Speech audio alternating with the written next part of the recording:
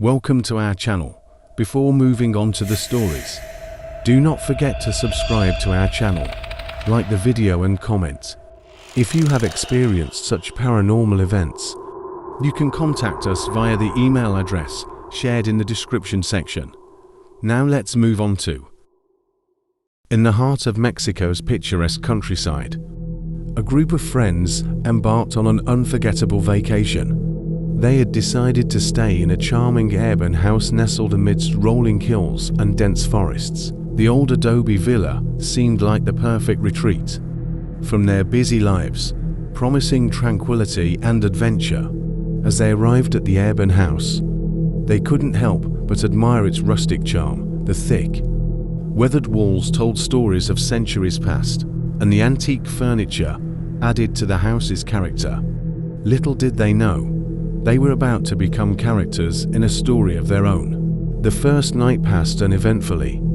They shared stories and laughed around the fireplace, enjoying the cozy warmth that filled the room. But as the clock struck midnight, strange things began to happen. A cold breeze swept through the house, extinguishing the candles and sending a shiver down their spines. One of the friends, Maria, decided to explore the house. She felt drawn to the narrow hallway that led to a darkened room. As she stepped inside, she heard faint whispers, like distant echoes from a forgotten time. Startled, she rushed back to the others, but no one believed her eerie encounter. The next night, the group decided to investigate further. Armed with flashlights and courage, they ventured into the room Maria had mentioned. It was filled with antique dolls, their lifeless eyes seeming to follow their every move. The air grew colder, and they felt an overwhelming sense of dread. Suddenly, the door slammed shut behind them, trapping them in the room. Panic set in as they struggled to open it. Then, in the dim light, they saw the dolls moving. Their porcelain limbs twitched, and their eyes glowed with an unnatural, malevolent light.